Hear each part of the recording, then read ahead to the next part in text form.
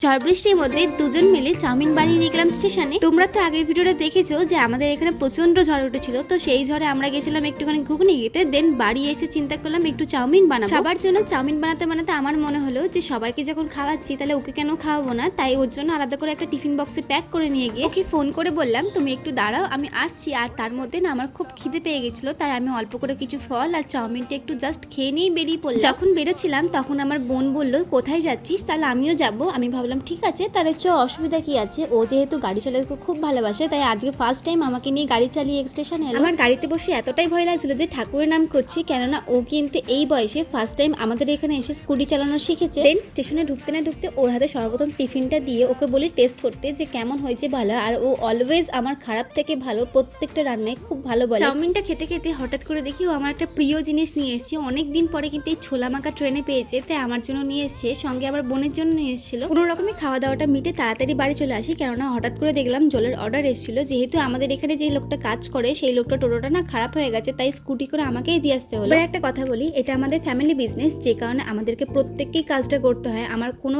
কাজ ছোট মনে হয় না, ছোট থেকে বড় প্রত্যেকটা কাজই সমান মনে হয়। অসৎ পথে আমি যেহেতু কোনো কাজ করছি না, তাই আমার কোনো রকমের কোনো কাজে লজ্জা নেই। আজকে এই কথাটা কেন বললাম জানো, আমি ছোট্টবেলা থেকে দেখেছি আমার মা কোনো সময় বাড়িতে বসে থাকতো না, সংসারের কাজের পাশাপাশি হাতে কোনো সময় কাজ করতো, যেটার দ্বারা ইনকাম। কোনো সময় হাতের রাখি বানাতো, কোনো সময় হাতের ব্যাগ বানাতো, আবার কোনো সময় হাতের ফুলের কাজ করতো, কিন্তু কোনো সময় বাড়িতে বসে থাকতো না। কিছু না কিছুর দ্বারা সংসারে যেতে উপকৃত হয়, তাই জন্য ইনকাম করার চেষ্টা করতো। তাই ছোট্টবেলা থেকে মাকে এইসব কাজ করতে দেখে আমার কোনো কাজই ছোট মনে হয় না। আজকের মতন টাটা।